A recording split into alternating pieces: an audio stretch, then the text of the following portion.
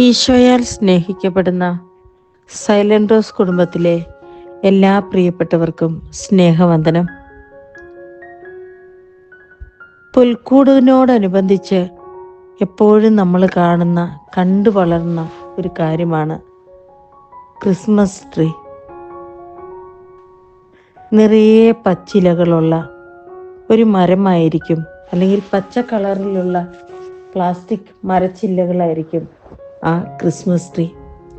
അത് നിറയെ സമ്മാനങ്ങളും അലങ്കാരങ്ങളും ഒക്കെ ആയിട്ട് ഇങ്ങനെ മനോഹരമായിട്ട് നിറഞ്ഞു നിൽക്കും. ഒരു നിമിഷം കണ്ണുകൾ അടച്ച് കൈകൾ നെഞ്ചോട് ചേർത്ത് വെച്ച് നമുക്ക് ദീർഘനിശ്വാസം എടുക്കാം. ശ്വാസകോശത്തിന്റെ ശക്തി അനുസരിച്ച് ശ്വാസം ഉള്ളിലേക്കെടുക്കുകയും പുറത്തേക്ക് വിടുകയും ചെയ്യാം.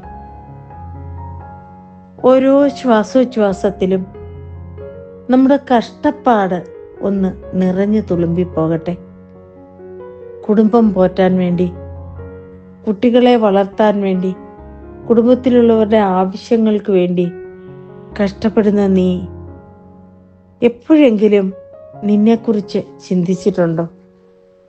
അഥവാ മാതാപിതാക്കൾ എത്രമേൽ കഷ്ടപ്പെട്ട് ജീവിതത്തിന് ആവശ്യമായിട്ടുള്ളതെല്ലാം തന്നിട്ടും എപ്പോഴെങ്കിലും നീ നിന്നെക്കുറിച്ചല്ലാതെ മറ്റുള്ളവരെ കുറിച്ച് ചിന്തിച്ചിട്ടുണ്ടോ? ഈ രണ്ട് ചോദ്യത്തിനുമുള്ള ഉത്തരം ഒരു ക്രിസ്മസ് ട്രീയിലുണ്ട്. സ്വന്തം ഇഷ്ടങ്ങളും സ്വന്തം താല്പര്യങ്ങളും മാത്രം നടപ്പിലാക്കണമെന്ന് ഉദ്യമിച്ച ആദി മാതാപിതാക്കള് പാപം ചെയ്തത് ഒരു മരത്തിലൂടെയാണ്. എൻ്റെ ഇഷ്ടമല്ല, എൻ്റെ പിതാവിൻ്റെ ഇഷ്ടം നിറവേറണം എന്നാഗ്രഹിച്ച ലോകരക്ഷകൻ ഈശോ ആ രക്ഷാകര പ്രവൃത്തി പൂർത്തിയാക്കിയതും ഒരു മരത്തിലൂടെയാണ്. ഫലങ്ങളൊന്നും കാണാതിരുന്ന അത്തിവൃക്ഷത്തെ 1 വർഷം കൂടി വെട്ടിയൊരുക്കി വളമിട്ട് പരിചരിച്ച് പൂക്കുകയും കായ്ക്കുകയും ചെയ്യുന്ന ജീവനുള്ള ഒരു അത്തിവൃക്ഷമാക്കി കൊടുക്കാനായിട്ട് ഈശോ ശ്രമിക്കുന്നത് തിരുവചനത്തിൽ നമ്മൾ കാണുന്നുണ്ട്. നമ്മുടെ ഓരോരുത്തരുടെയും ജീവിതം അങ്ങനെയാണ്. പലപ്പോഴും ക്രിസ്മസ് ട്രീ പോലെ നമ്മളെ മനോഹരമാക്കാൻ ആരെങ്കിലുമൊക്കെ കടന്നു വന്നെന്നിരിക്കും.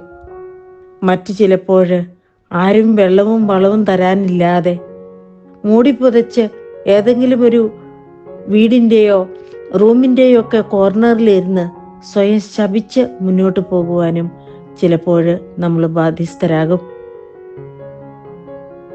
സ്വയം ഇറങ്ങി ഈ ഭൂമിയിൽ മനുഷ്യനായി അവതരിച്ച് എനിക്ക് ഈ തൊഴുത്തിൽ പെടാത്ത ആടുകളുമുണ്ടെന്ന് പറഞ്ഞ് സകലരുടെയും രക്ഷകനായി തീർന്ന ദൈവപുത്രനെ സ്മരിച്ചുകൊണ്ട് ആ ക്രിസ്മസ് ട്രീയിലേക്കൊന്ന് തിരിഞ്ഞു നോക്കുമ്പോൾ നമുക്ക് നമ്മുടെ തന്നെ ജീവിതം അവിടെ നിറഞ്ഞു നിൽക്കുന്നത് കാണാൻ കഴിയും.